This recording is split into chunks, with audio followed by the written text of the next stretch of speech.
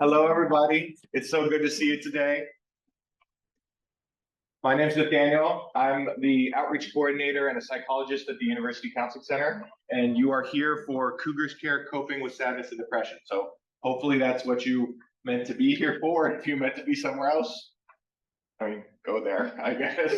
But yeah, thanks so much for being here. I'm excited to spend the next about hour and a half with you all. So all of you that are here in the room, all of you that are online as well, thanks for joining us. I think I'm in the camera, sort of, whatever. Hopefully you can at least see the slides, which is the important part. Oh, I gotta get my little clicker going here. Can you get the next slide for me, Ray? So today we're just going to basically kind of go through these three main goals, which is talking about like sadness and depression trends at colleges broadly, but more specifically here at APU. I'll show you some data we have. Then we're going to talk about the main section of this. We'll be talking about actual coping strategies, hopefully you can use to help with your sadness, help with your depression. We're going to cover three different ones: behavioral activation, rational challenging, and mindful breathing. And then at the end, I'm going to talk about where you can go for support. Here's a hint, that's the Counseling Center, because anytime I give one of these presentations, I do an ad for the Counseling Center, because that's kind of my whole thing. Can you get the next slide, please? Logistically, those of you that are here for any kind of credit for some reason, so if you're here for like SONA credits, if you're here for extra credit for your professor, if you're here because you want to attend 4 of our workshops and get our certificate of completion so you can build up that resume, all those kinds of things, please make sure you stay to the end today and fill out our Google form with your name and your email. That way I know you were here and I can grant you those credits or communicate to your professor or whatever it is. So please make sure to look out for that. If you have any questions or if you need anything, email me, nfernandez@apu.edu. We'll get anything sorted out. Hopefully today we can, just in general, like we're talking about depression, we're talking about sadness. I've not designed this workshop to be triggering. This isn't supposed to be like counseling. This is just a learning workshop, an opportunity for us all. But if any of this content is triggering for you for any reason, like just take a break. Also, if you just need to take a break for any reason, just take a break. Those of you that are in here, restrooms are right out that door there. Those of you that are at home, you know where your own restrooms are. There's also, we'll hopefully respect each other's rights to privacy here. We're not going to be like sharing lots of stuff, but if people do share something personal when we do our breakout groups, please just keep it personal.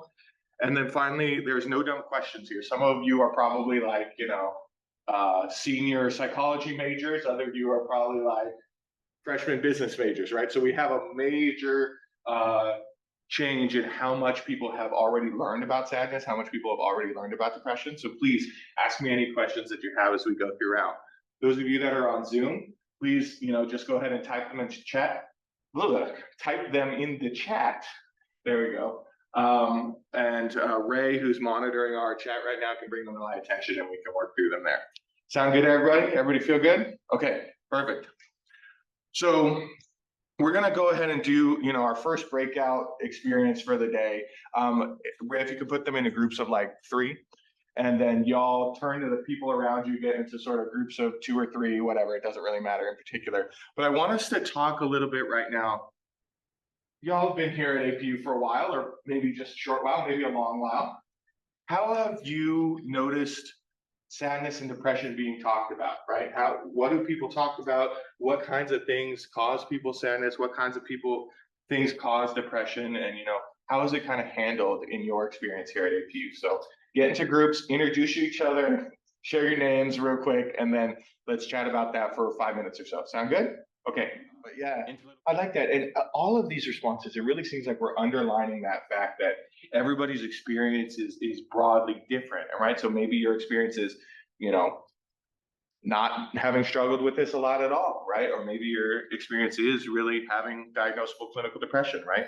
The changes and the differences individual to individual seem huge. So let me jump on to the next slide here. Just before we kind of lean into this more, I think one of the things when we're talking about those different experiences and we're talking about different people's views towards sadness, views towards depression, views towards how we should handle mental health concepts, part of it comes from APU's religious tradition, right? I know many of us in here are Christians, not all of us are, but the broader culture of the university is strongly Christian, right? And so in some Christian circles, right, it gets really hard to talk about depression. It gets really hard to talk about sadness because it feels like, you know, that's sort of a lack of faith or something like that, or having quote unquote negative emotions is not a good thing, right? And so I always try and throw in a couple of verses here, right? We have in the Exodus story, you know, God's promise that he will always be with us and it'll always care for us when we are feeling depressed, when we are feeling sad, right? And so in some ways, yeah, religion can be a comforting factor for those of people that, you know, are believers and do, you know, find comfort in that. But I also like to throw up the most famous, shortest verse in the Bible, right? Jesus wept, right? If emotions were a bad thing, if emotions were something that we shouldn't have as a regular part of our life, why did the most perfect human, perfect God, Jesus, experience sadness, experience depression himself, right? And so that's my challenge to everybody that's thinking that way, to try and rethink that a little bit and challenge some of the notions that maybe you are holding around depression and sadness. But let me go to the next slide. And I keep saying depression and sadness, depression and sadness, depression and sadness, right? Like I'm using them together, right? And a lot of times people do use these words interchangeably, right?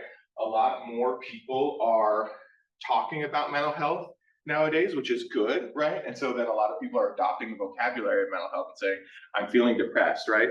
But then it can sometimes get confusing what these words really mean and, you know, what a person's trying to say when they say it. And so when we talk technically, when we use the proper psychology terminology, which I'm not trying to make you all use proper psychology terminology if you don't want to, but when I say sadness versus depression, what I mean is a level of degree, right? Sadness is something that we all have in our day-to-day lives. It's a part of our regular human experience, right? And so you'll feel sad when something bad happens. It's usually a transient emotion. It's usually in response to a particular thing, and it usually starts to go away after that thing that's making you sad goes away, right? So, you know, in this example here, we have Rosalind being very sad after a breakup, right? Okay, like that makes sense, right? Everybody, well, some of you may be excited when you break up a relationship, but then that says something about the relationship that you were in, right? For the most part, we're pretty sad when something like that happens, when things don't go the way we want, right? That's what we typically call regular sadness, right? But it's differentiated from what we would call more like depression, like with this case of John here, right? Who has not been eating at all, not been picking up the phone, not been going to school for like a month, missing all their classes, right? This is what we call functional impairment, right? So when you get so sad that you're not able to do the basic things in your life, right? You start missing obligations, you start, you know, missing out on things that you wanted to do or things that you were supposed to do, right? That's when we start to see sadness switching over into depression, right?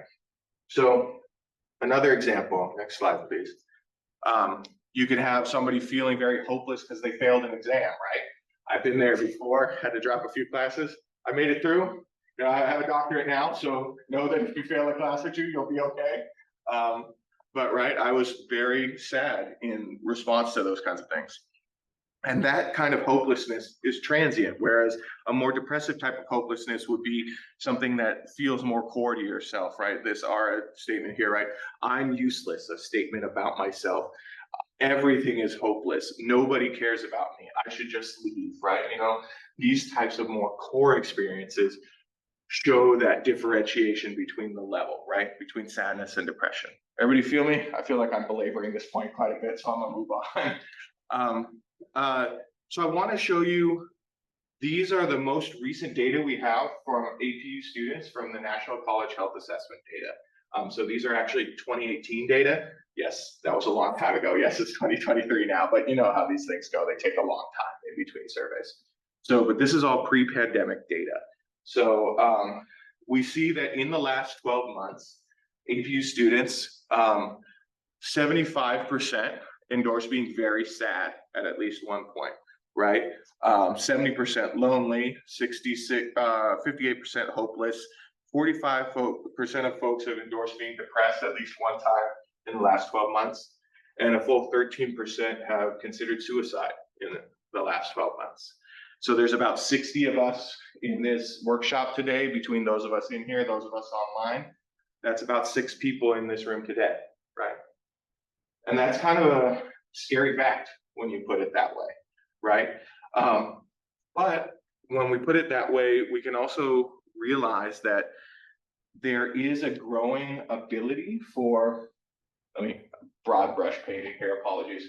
Folks y'all's age are much more likely to be able to express some of these needs and mention some of these things than anyone in the past has been, right? So if you look at our, 18 to 25 surveys and our 50+ surveys, the amount of people endorsing depressive symptoms, endorsing suicidality is crazy different, right? And to some extent, that's because it is harder to be younger right now. It is harder to be going through a lot of things, a lot of transitions right now, whereas folks that are, 50+, they're already, I don't know, they're looking on retirement or something like that if they're lucky, right? So part of it is that there is more need, there is more direct problems that folks are facing. But the other part of it is that people are more willing to talk about this and more willing to take it seriously and to try and get help about it, right? And so hopefully that's part of the reason why y'all are here today, in addition to, just wanting to get your SONA credits, or in addition to wanting to hear my lovely voice for an hour, right? And that's why I want us to talk about these actual skills we can maybe do something about this. So we can get next slide, Ray. So I'm going to teach us 3 different skills today. Those 3 different skills are going to come from different schools of thought within psychology, right? And so not all of them are going to necessarily work for you. You might not like all of them. You don't need to like all of them, right? The goal is that we need to find, hopefully, the tools that fit for you, right? And they're going to be different person to person, since we're all different, right? And so I'm going to introduce 3 today. Hopefully at least one of these will work for you. Maybe all 3 of them will work for you, and that's great, right? And if they don't, you can always come to the counseling center. We can give you even more than these 3 for sure. So the 3 things, as I mentioned before, that I'm going to talk about are behavioral activation, rational challenging, and mindful breathing. So behavioral activation, right, comes from the school of thought of behaviorism.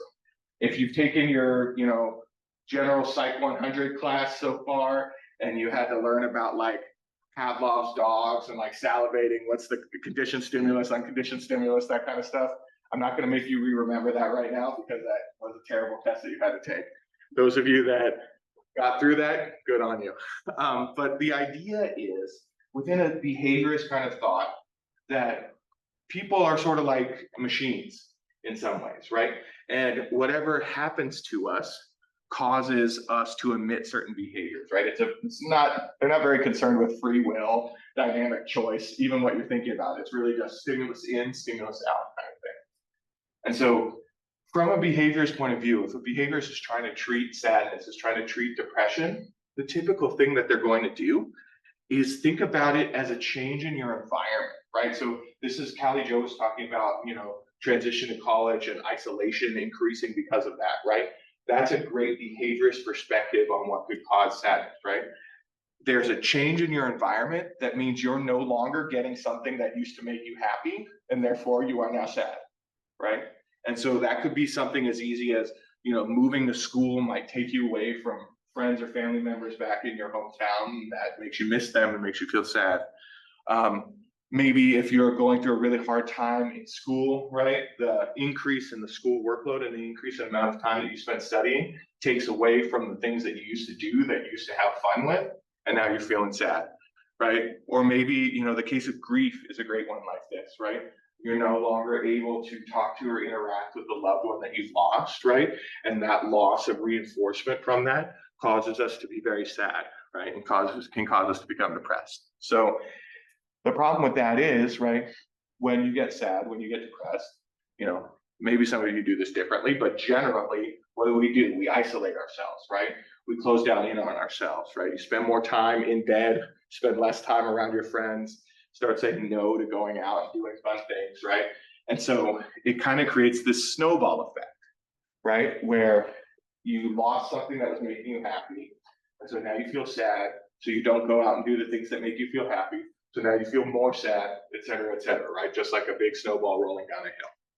And so the way that we try and change that, if you could go to the next slide, is what we call behavioral activation, right? Which is basically just a big psychology word for go do something fun, right? Behavioral activation means you do a behavior even though you kind of don't want to do it, right? You do something that would make you happy even though you like feel sad, right? And the simple act of starting to do that hopefully starts to push back on that cycle, right? You know, by doing things that make you happy, you become happy, right? The more happy you are, the more energy you have, the more you can get back to your regular routines, and you can get back to how you were feeling before you started feeling sad, before you started feeling depressed, right? And so, you know, that's all, that's the simple core of it, right? But that is pretty hard to do, right? But it's pretty hard to do when you have really low energy, right? When you are feeling really depressed, that's the whole problem of it. Getting up that willpower to do something, to try and make a shift in your course can be very difficult. And so that's why I try and encourage, when you think about ideas that you could do, things to get yourself out of sadness, it's good to have like a variety of things that sound like they might be interesting to you, right? Maybe you have some physically active ones, like I'm going to go back to the gym, I'm going to go on a run, I'm going to go on a walk, whatever it is, kind of thing. Physical activity can oftentimes be a really good one, right? But sometimes we just can't get up that energy for physical activity, right? So what are some like low energy fun things that you could do? Movies that you like, or conversations you can have with friends, right? Something like that. Same thing around as I talk about friends, right? Some of the things that you should have are like, go talk to friends, go hang out with people that you like, go spend time with folks, right? That can be really helpful and really life-giving. But I don't know about you, there's a lot of times I feel like I can't like people in a day. And so when you start feeling like that, it's good to have solo activities that you can engage in as well, right? And then some as well, I have deeply engaging versus pleasantly diverting, right? Sometimes it's really important to have a really close bonding moment with a good friend of yours or a partner or a, you know, family member, right? And have a deep conversation about life. And then other times it's good to scroll TikTok for a while, right? Like you should have a differentiation of how much energy you need to put in to this pleasant activity that you're doing, right? Everybody feel good on that? Kind of makes sense in a very simplistic way, but the activation of it can be very difficult, right? Okay, so let me go on to cognitive therapy now, and then I'll give us a chance to practice these skills a little bit. So if behaviorism is really all about just thinking about people as machines that don't really have minds, they don't really have free will, they don't make choices, right? Cognitive therapy, as you'd imagine, is all about your thoughts. It's all about your cognition. So it's all about what we think or how we interpret our experiences, right? Does anybody ever use the phrase anymore, like rose-colored glasses? This is a phrase anybody's heard? A couple of nods, cool. Mostly no nods because I'm very old and my references are very old, right? But some of you still know this. Basically, the idea is when we are thinking from a cognitive lens, something bad happens to us, but we don't immediately necessarily become sad, right? It matters if that bad thing that happened to us, how we think about it, how bad we think it really is, right? So somebody might be pessimistic, right? They may think the glass is half empty, right? They may have like the opposite of rose-colored glasses, like I say, have like gray depression-colored glasses or whatever, and they view everything in the world as the end of the world, right? As a really negative thing that they can't cope with or they can't handle, right? And if you view things that way, you're much more likely to be more sad, be more depressed than if you view things in a positive manner, right? And so you could think about it as, again, we'll sort of do like some examples here. If you have a bad breakup, maybe you get over it pretty quick because you're like, I don't really care. But if you start to think that was my soulmate, that was my one person, my one true love, I'll never find anyone else out there, right? I'm going to be a lot more depressed based on that than based on if I'm able to take a different opinion of it, the fact that there are many other people in the universe, right? Similarly, if you find yourself, this is a common one, I think, for many students, when you fail that first midterm, right? And you think you were doing okay in the class, and then all of a sudden you failed the first midterm, and you're like, oh my gosh, I don't know what's happening. I thought I was doing good. Maybe I'm doing bad. Maybe I'm going to fail the next midterm. Maybe I'm going to fail the final two. If I fail that, I'll probably fail all of my classes. I'm going to fail out of everything. I'm going to end up on the street and I'm going to die, right? Okay. You're gonna be a lot more depressed than if you're just like, oh wow, that was really lame, and I'm gonna have to work a lot harder now on future tests to make this up, right? So you guys get it. Also, like after like internal things can matter too, right? So if we do something that we regret, if we feel guilty about something, if we decide we're a person and we make mistakes and we're gonna go try and seek forgiveness, that's one thing. If we decide, oh no, I've done this and I'm an awful, terrible human being that deserves no redemption, right? There's a huge difference, right? So it's not just external things. It can be even internal things, right? We can even have thoughts about emotions that we're already starting to feel that can intensify those emotions or alleviate those emotions, right? So it's all about what we pay attention to and the way that our experiences fit into our preconceived notions. So next slide, please. The way that we want to try and challenge this is we want to try and pick up our bad habits in thinking, right? We call those automatic thoughts. Basically, if whoever has the cognitive restructuring unhelpful thinking styles handout, can you start passing that around, please?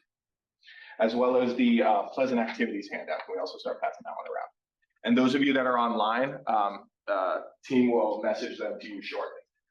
So basically we have all these kinds of bad habits kind of thoughts, right? So one of them could be like jumping to conclusions. You've probably heard of that before. As soon as you get a little piece of information, you decide that that's bad, you decide everything's bad, right? Or we could think about discounting the positive is another really common one where like somebody says, oh, you did such a good job on that, project, test, report, I don't know, throw a party you threw for your friend, whatever it was, right? You said, oh no, I just got lucky. Oh no, it wasn't that big of a deal, right? But then somebody says, oh, you didn't do so good on that. And you're like, oh yeah, you're right. I'm terrible. I'm the worst. I'm awful, right? That's disqualifying the positive and that's magnification of the negative, right? We also find ourselves emotionally reasoning sometimes. This can be the most tricky one because maybe we're already sad about something that's going on. And then in that sad state, we decide like, oh, nobody must love me, right? Well, why do you think that? What evidence do you have of that? Well, I feel sad, so that's probably true, right? You don't really have any evidence for it, but it's a really common thought pattern that we could do, right? And so we have to find a way to try and break down some of these thoughts. And the way that we do that is not like, oh, I'm going to try and discount every thought that I have and just like be really optimistic about everything. The glass is always half full. The sun is always shining. Nothing bad can ever happen, right? If you go too far in that direction, you're actually going to probably end up like in a manic episode. And like, that's just as bad as being in a depressive episode, right? So I'm not trying to tell you to be overly optimistic. What I'm trying to tell you is to be realistic, right? Identify where we're making mistakes in our thought processes, where our thoughts are just making a situation that's not good, but not terrible, right? How can we find the realistic interpretation of things? And so this handout that I passed you out, the thoughts one, it has some thought traps that we can end in, but on the back side, it has some disputing questions that you can ask yourself, right? Are there other ways of looking at this situation? Am I really looking at the whole picture of this? What else do we have on this? Can I really predict the future, right? That's a big one when we're fortune telling, right? Et cetera, et cetera. So there's 11 of them on there. I'm not going to read them all out to you right now. So these things can often work together. If you could give me the next slide, Ray.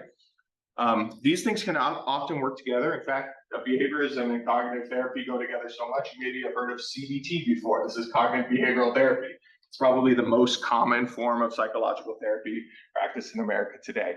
And so I want us now, we're going to get back into our group. So in a second, Ray's going to put those of you online back in your breakout groups. You guys can get back into your groups of 3 or 4 or whatever, just the people around you.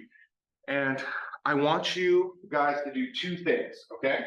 The first is I want you to think about some pleasant activities you could do. Think about some ways you could combat your sadness. I handed out a grid of tons of like fun things you could do. Some of them are like weird or whatever on here. Like beach combing. Who does beach combing? I don't know. This is like a really old handout. So you don't have to pick something off of this grid, right? But like something that you like. And if you can't think of anything you like, I've given you some examples you can choose from off of this, right? But try and think about the thing that really makes you feel better when you're feeling sad, and share it with other people, right? Maybe they'll get inspired by what you share. It's always fun to share things about each other too. And you could commit to maybe trying to do that this weekend, right? It's Friday afternoon. You guys have Saturday and Sunday off, I hope. Hopefully you don't have too long of shifts at work or whatever. And so I'm going to encourage you to identify some pleasant activity that you can do this weekend and share it with the group, right? And then the second thing I'm going to ask you to do is take a look at the cognitive restructuring handout I talked about. Share which of these thought traps you think you get yourself trapped in quite a bit, right? I bet you guys will see a lot of shared similarities with your group, right, about which thought traps you're in. And then look through the disputing questions on the back. Which ones think they might work for you? Which ones do you think you need to tell yourself the next time you start feeling really sad, okay? Does it make sense to everybody? So it's a two-part thing. Pleasant activities, cognitive restructuring. Okay, go ahead and go into the breakout groups. Those of you here, get into groups, turn your neighbor. I'll give you about 5 or so minutes. We'll kind of go through this. All right, so hopefully we got some good practice with these things. Hopefully you can, those self-care activities that you're going to do this weekend are going to be great. Hopefully we can remember some of these thought traps and ask ourselves questions, challenge ourselves when we find ourselves falling into them. It's worth even remembering the ones that are your habits, right? Because then you can notice when you're doing your bad habit more, right? Just like if you have a bad habit of picking your nails or whatever it is, right? The more you notice it, the more you can actually combat it. But these are both like very control-based things. This is all about changing your behavior. This is all about changing your thoughts. And a lot of folks really like these kind of interventions. Like I said, CBT is probably the most common intervention out there. Can I get the next slide, please? But I also want to talk about one more way of looking into some of these depression and sadness kinds of things, and that's what we call mindfulness. You guys probably have heard this word mindfulness thrown around a lot if you've gone to a yoga class or if you've downloaded one of those like Calm apps or Headspace apps or whatever, right?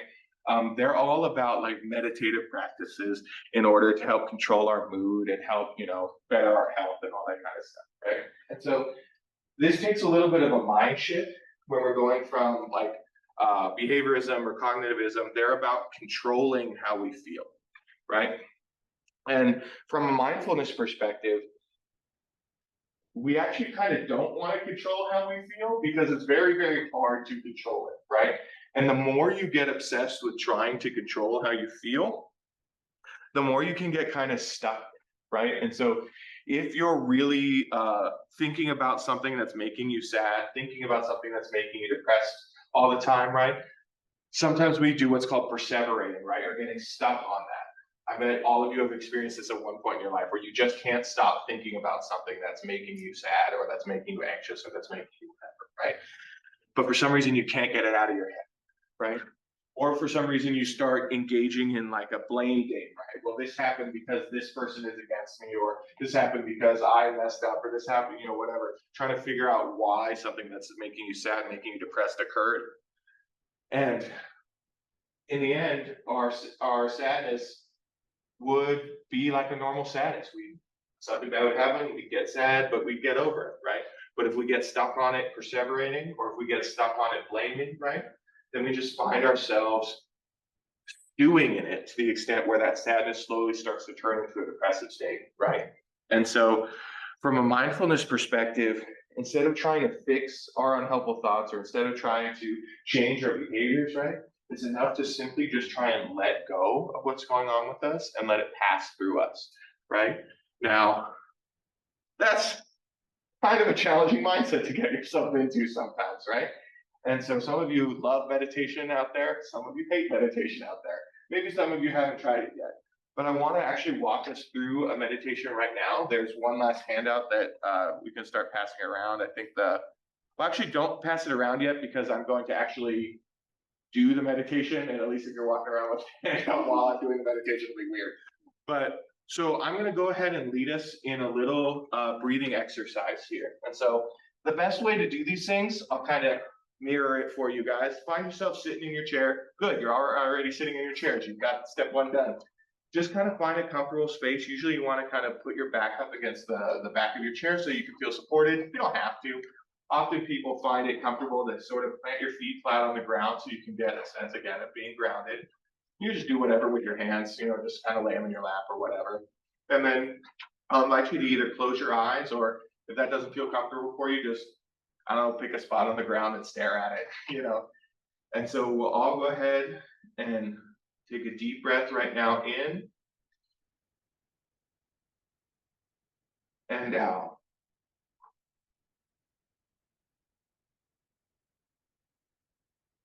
This breathing exercise that I'm going to talk about today is called a Kyrie, right? Some of you may have heard about a Kyrie before. It's an ancient Christian tradition, right? Kyrie eleison means Lord have mercy. I'm going to invite you to focus on that phrase as we go throughout this, and I'll walk you through it.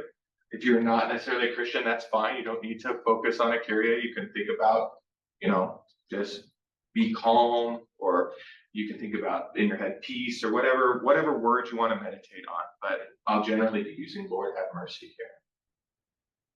Go ahead and take another deep breath in and out. Deep breath in and out. And as you breathe in, say that sacred word that you've chosen in your mind. Breathing in, Lord. Breathing out, have mercy. Lord, have mercy. Imagine you're breathing in the breath of God, breathing out his mercy over the world, over the situation. As we breathe in, Lord, have mercy.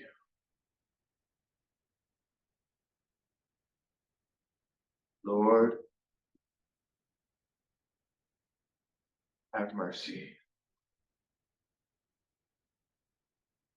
Your mind is starting to wander right now. You're feeling distracted. That's okay. As much as you can, bring as much of your attention as you can to your breath. There's nothing to do right now other than breathe in this moment. Lord, have mercy. We'll stay here in this space a little while longer, not getting stuck on the things that are making us sad, not getting stuck on the things that are making us afraid, not getting stuck on all the things we're worried about. Lord, have mercy.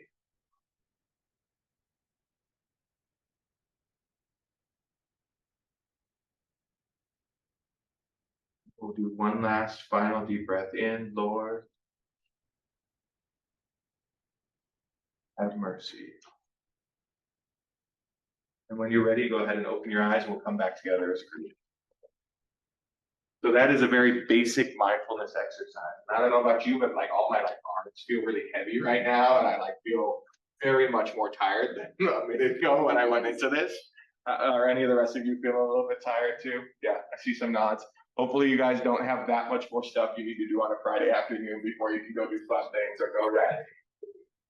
But that's what it's like to really focus on a meditation, right? Really focus on something that you can do to just take your mind off of it and let the emotions that you feel run their natural course, right? And so that can be very attractive to some folks, but it can be very hard to do, right? So if you want to hand out the scripts now, Lisa, that would be awesome. If you want to use this script, you could feel free to do so. But also, if you'd rather have somebody talking to you as you do a meditation, there are so many online. Go on YouTube, download Headspace, et cetera, et cetera. There's lots of opportunities for this. And I generally think that having somebody talk through to you on some of these kinds of things can be a lot more helpful, to me at least. All right, next slide, please. Oh, oops, I already did that part. So next slide, please. So when to seek support. So hopefully all these tools, at least one of these three tools is useful to you. Maybe two of them, maybe all three of them. But, no matter how useful the tools are, no matter how good you are at managing your sadness, every once in a while, it's going to creep up on us. Every once in a while, we're going through some really hard times. We're not going to be well, right? And also, sometimes we'll experience full-on depression, right? So if you ever find yourself in a place where you're unable to take care of yourself, where you're feeling totally overwhelmed, where you're preoccupied with whatever it is concerning you, or even if you're starting to feel like you might be a danger to yourself, right? All of these reasons are really good reasons to talk to a professional about what's going on. But another good reason to talk to a professional about what's going on is just because you want to, because as APU students, you actually all have 100% free, 100% confidential counseling services available to you 24/7, right? That's my job, is to make sure you get those. My job and everybody else that works at the counseling center. Ray, can you jump to the next slide, please? So that's at the University Counseling Center. We also, of course, have many other offices on campus, including our Office of Campus Ministry is a good one to highlight, where they can provide pastoral care for you as well. So if you're into, more spiritual side of things, want to go that way. Also, you could do both, right? You can come see us, you can come see a pastor. That's all great. Next slide, please. This is our office. This is in the Shire Mods, right? How many of you know where that is? Okay, several of you do, several of you don't. Basically, it's as far from this building as you could possibly get while you're still on East Campus. So if you go that way until you get to like the baseball field, and then you keep going that way, that's where the Shire Mods are. That's where a lot of our sophomores and juniors live. And right in the middle of that is the Student Health Center, which is this glass door right here, and our office, which is this gray door that says, "Watch out for automatic door" on it. It's called Magnolia Court because there used to be a magnolia tree here, and then the magnolia tree died, and then they planted that tree that you see in that picture, and then that tree died, and so there's no tree there right now. There's just a bunch of shrubs, but it's still called Magnolia Court, and you can still find us by following signs for Magnolia Court, and maybe they'll plant a magnolia tree someday. But if you don't want to come over there, or if you can't come over there, all of our services are also available on Zoom and also available over the phone, including our 24/7 hotline, because I know everybody doesn't just get the press between 8:30 and 4:30 Monday to Friday, right? That's just not a thing, right? So call us anytime. During business hours, we'll pick up. After hours, you'll get the message machine that says push 2 to talk to a human, and push 2, they'll get you a human. Next slide, please. So one thing I should say, we are talking about depression right now. Again, as I mentioned before, 13% of APU students have dealt with suicidality in the past 12 months. If you are feeling that way, or if you are talking to somebody else feeling that way, it's really important to get help right away. So please call our 24/7 number. In the rare event that maybe somebody has like a deadly weapon with them or has already ingested a harmful substance or something like that, please call 911 directly and then call us afterwards, right? So that we can make sure emergency medical's on the way. Most of the time, though, you can feel free to call. Our hotline will be the most appropriate resource. Next slide, please. So this is my last slide. This is how I end all of these workshops. I'm going to ask you all to do 2 things right now. First off, think about one thing that you learned today, one thing new that you learned, and commit it to memory, right? That's the whole point of learning things, is that we remember them. So I'm not asking you to remember all the things I said today. Just pick one thing that I said today that feels like it'll help you, commit it to memory. And pick one thing that we talked about today that you can commit to practicing this week. Hopefully it's that nice self-care plan that you made for this weekend. At least practice that, okay? Does that feel good, everybody? One thing you learned, commit it to memory. One thing you promise to do to make yourself cope with your sadness and your depression better. All right, next slide. We have now 3 more of these. So we just finished sadness and depression. If you want to come next week, we'll talk how you can solve your anxiety too. If any of you are having conflicts in your relationships, either intimate partner relationships, roommate relationships, whatever, you want to show up in 2 weeks, I'll tell you how to fix all of those. And if any of you have ever had a problem goal setting and time managing, come to me that last Friday before Thanksgiving. We'll sort all that out for you.